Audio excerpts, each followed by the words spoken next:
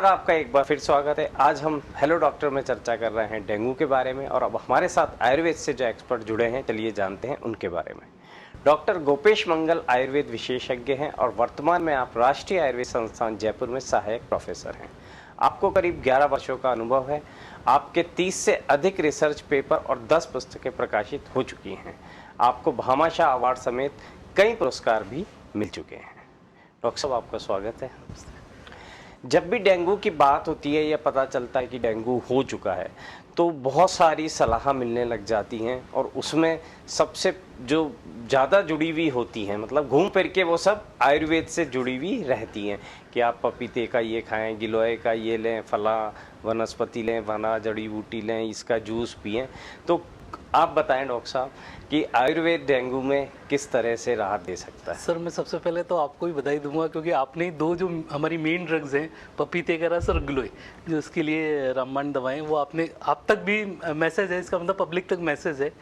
पर लेकिन एक सबसे बड़ी प्रॉब्लम ये है कि पपीते का रस के जो है उसके बारे में कई गलतफहमियां भी है। जैसे वो ये सोचते हैं कि इसको अगर हम पहले ले लेंगे तो हमें डेंगू नहीं होगा, तो एक बहुत गलत मैसेज है। तो आजकल होता है क्या, पपीता तो मिल जाता है मार्केट में लेकिन पत्ते नहीं मिलते। तो जब वास्तव में डेंगू हो, किसी को प्लेटलेट काउंट कम हो, तब हमें पत्तों की आवश्यकता होती है। उस वक्त रोगी को नहीं मिल पाता। और दूसरा, हम निरंतर किसी चीज़ का प्रयोग करते हैं तो हमारी बॉडी भी अडॉप्ट हो जाती है। तो इसलिए पब्लिक को भी यही है कि वो अननेसेसरी पत्तों का यूज़ ना करें। और जो गिलोय है इसमें बेस्ट मेडिसिन है, क्योंकि ये वायरस के कारण हो रहा है, मच्छर से वायरस के कारण हो रहा है। तो एज सच सीधी वायरस पर अटैक करने के लिए कोई मेडिकेशन नहीं होती। तो सबसे बेस्ट है कि हमें हमारी इम्यूनिटी को डेवलप करना है। तो इम्यूनिटी डेवलप करने में गिलोय सबसे बेस्ट मेडिसिन है। तो गिलोय का हम काढ़ा इसमें ले सकते हैं या तुलसी इसमें बेस्ट है। जब हम डेंगू होता है, उससे ग्रसित होते हैं तो बुखार रहता है और सबसे बड़ी चिंता जो है वो प्लेटलेट्स, उसका बहुत बड़ा मतलब खौफ है कि भाई प्लेटलेट्स कम होती जा रही हैं, मतलब वो आपके ब्लीडिंग शुरू हो जाएगी। ये एक आम धारणा है, भ्रांति है। जी। तो जब मैं आपको पता चल गया है कि डेंगू है तो उस दौरान हम कौन कौन सी चीज़ें लें जिनसे हमारी इम्यूनिटी भी बढ़े, रिकवरी भी तेज हो और प्लेटलेट्स जो हैं वो गिरे नहीं। नॉर्मली तरीका क्या रहे? हाँ, इसमें नॉर्मली ये है कि अगर हमें डायग्नोज है तो हम सिम्टोमेटिक ट्रीटमेंट है इसमें।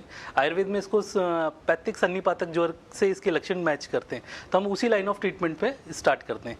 तो हमारा पहला टारगेट होता है कि फीवर, अगर हाई ग्रेड फीवर है, अगर 101 से ऊपर जा रहा है तो हमें उसको मैनेज करना होता है। उसके लिए आयुर्वेद में काफ़ी सारी मेडिकेशंस है।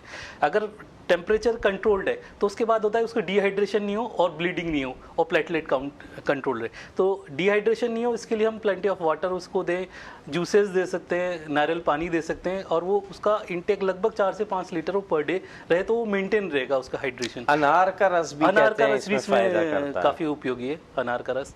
और जैसे प्लेटलेट के लिए कहा तो उसके लिए गिलोय और पपीते का रस, उसका लेकिन बनाने का एक तरीका है वो, मतलब अगर आप ऐसा नहीं कि आपने बड़े सारे पपीते के लिए और उसको स्टेम सहित पीस लिया, तो आप छोटे ज़्यादा मध्यम आकार के लें और उसकी जो स्टेम्स हैं उसको हटा के और जो लीव्स है चारों तरफ की, उसका आप पेस्ट बना के उसका स्वरस निकालिए।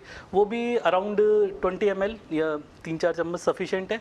और अगर आप डायबिटीज़ नहीं है तो उसमें शहद मिला के आप यूज़ कर सकते हैं, और जस्ट डबल, तो आपको लेने में भी ईजी रहेगा।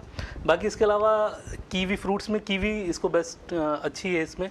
और डिहाइड्रेशन रोकने के लिए हम धनिए का पानी या उसमें तुलसी का पानी 1 लीटर में हम उबाल सकते हैं। उसके बाद दिन भर उसको 3-4 घंटे में पीने के लिए दें, तो हम इन कॉम्प्लिकेशन से बच सकते हैं।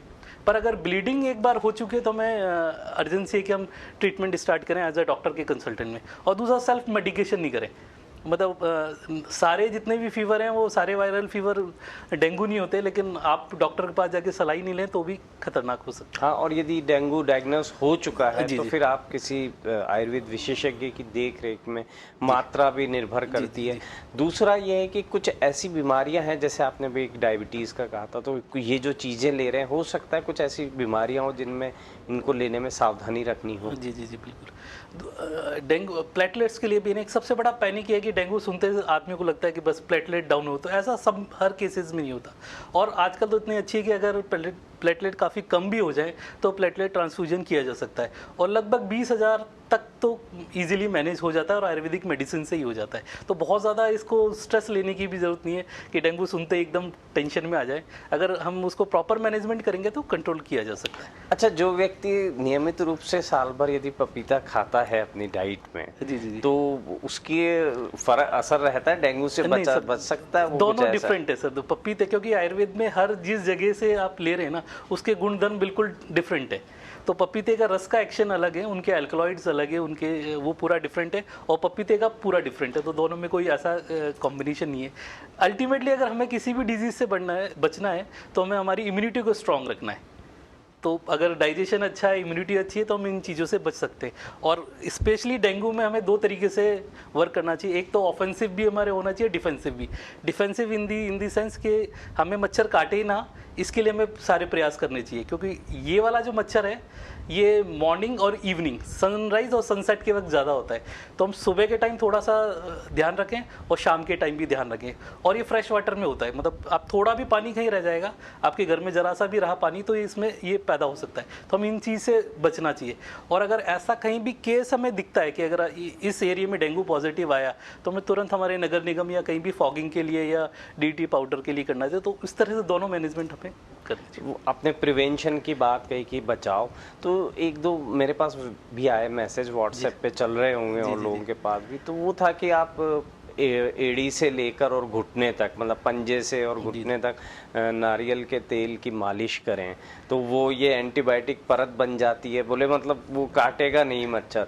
दूसरा वो कह रहे हैं कि आप इलायची के जो कण हैं उनको मुंह में रख के चूसें, उनको चबाएं नहीं, तो ये प्लेटलेट बढ़ाने में कारगर हैं। तो ये इस तरह की चीज़ें भी चलती हैं? नहीं सर, प्रिवेंशन के लिए तो एक सबसे कि आप पूरी बाजू का और मतलब आपके सारे ढके रहें, जितने भी आएंगे वो सब ढके रहें।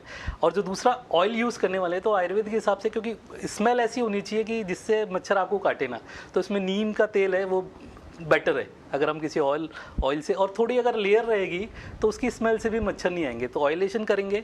अगर हम बाहर जा रहे हैं, थोड़ा सा भी ओपन है, तो हम नीम का तेल है या निर्गुंडी एक ऑयल आता है, उसको आप थोड़ा सा लगा के जाएंगे, इन चीज़ों से बच सकते हैं। या दालचीनी है, उससे आप बच सकते हैं। हल्का सा ऑयल या किसी भी ऑयल में बेस बना के भी ले सकते हैं, नारियल के तेल में, उससे भी बचा जा सकता है। तो आयुर्वेद की कुछ चीज़ें हैं जो आपने बताया कि डेंगू के उपचार में, प्लेटलेट्स बढ़ाने में और आपकी इम्यूनिटी स्ट्रॉन्ग करने में, यानी बीमारियों से लड़ने की जो शरीर की क्षमता है उसको मजबूत करने में सहायक हैं। जैसे गिलोय है, नीम है, तुलसी है, तो ये चीज़ें हम साल भर भी ले सकते हैं। तुलसी का तो हम नॉर्मली, जैसे हमारी संस्कृति में है कि तुलसी का हम पानी लें या तुलसी पत्र लें, तो उसका बेसिक लॉजिक ये है कि हमारी इम्यूनिटी स्ट्रांग रहे। और गिलोय का भी हम बहुत लंबे टाइम तो ना लें, पर कुछ समय लेके हम जैसे 1 महीना लिया, फिर थोड़ा सा गैप दिया, फिर लिया जा सकता है।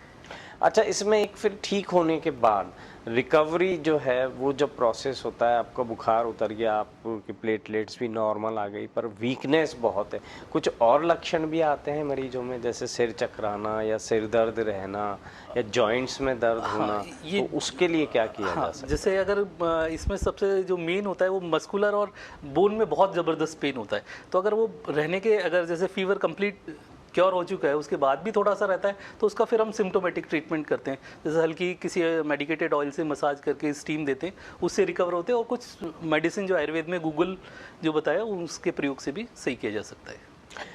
रोग प्रतिरोधक क्षमता बढ़ाने के लिए इन जनरल हमको क्या खाने में, अपनी डाइट में शामिल करना चाहिए कि न सिर्फ डेंगू बल्कि और भी है, मलेरिया भी है, चिकनगुनिया भी है, अन्य वायरल भी होते हैं। अब सर्दी का असर शुरू हो गया तो फिर खांसी जुकाम ये सब शुरू हो जाएंगे। सर, ये सबका हमारी संस्कृति में सारा है, और मौसम के अकॉर्डिंग हमारी सारा सबका डाइट प्लान और आहार विहार सब चेंज हो जाता है। तो आप देखेंगे जैसे सर्दी आएंगी तो हम थोड़ा तिल का प्रयोग करते हैं, थोड़ा गुड़ का प्रयोग करते हैं, तो हमें नेचुरल एनर्जी भी देता है। हमें इस वक्त एनर्जी भी ज़्यादा चाहिए, और तिल हमारे डाइजेशन और जो ड्राइनेस आ रही है उसको भी रोकता है और इम्यूनिटी को भी अच्छा करता है। इसी प्रकार हल्दी सबसे बेस्ट है, तो हाँ, हल्दी का भी हम प्रयोग करना चाहिए। अभी कच्ची हल्दी आएगी सर्दी में, तो हम कच्ची हल्दी का प्रयोग करें, या उसको अदरक में, अगर किसी को थोड़ा कफ टाइप रहता है तो अदरक और हल्दी दोनों पेस्ट बना के थोड़ा घी में फ्राई करके और गुड़ मिला के अगर उसको पाक जैसा बना लें, लड्डू जैसा, हलवे जैसा, उसको यूज़ करें, वो भी आपकी इम्यूनिटी को स्ट्रॉन्ग करेगा। गुड़ुची है ही, उसका गुड़ुची के कई फॉर्म्स हमें मार्केट में अवेलेबल हैं, टैबलेट फॉर्म में भी अवेलेबल है, क्वाथ भी हम बना सकते हैं, और तुलसी सबसे बेस्ट है। तो एटलीस्ट हम तुलसी का पानी डेली पिएँ, तो कम से कम 5 तुलसी किसी एक ग्लास में भिगोएं और उस पानी को पिएं, वो भी बेटर है इम्यूनिटी को स्ट्रॉन्ग करने। तो चलिए हम डॉक्टर गोपेश मंगल जी को थैंक्स कहेंगे। उन्होंने हमें बताया कि डेंगू से डरे नहीं, उसका मुकाबला करें और अपने शरीर को इतना मजबूत बनाएं। हमारे घर आंगन में ही बहुत सारी ऐसी चीज़ें हैं जो हमें इससे लड़ने की ताकत दे सकती है। हेलो डॉक्टर में आज के लिए बस इतना ही। कल फिर मिलेंगे एक नए विषय और कुछ एक्सपर्ट्स के साथ। पत्रिका की विश्वसनीय खबरों को आप ऐप के जरिए भी जान सकते हैं। प्ले स्टोर में जाकर आप पत्रिका टाइप करें और पत्रिका हिंदी न्यूज़ ऐप को डाउनलोड करें, जहां आप लेटेस्ट खबरों के साथ पत्रिका टीवी लाइव भी देख सकते हैं। ढेरों प्रोग्राम है पत्रिका टीवी के, उनका आप देख सकते हैं। तो आज के लिए बस इतना ही। कल फिर मिलेंगे। देखते रहें पत्रिका टीवी। नमस्कार।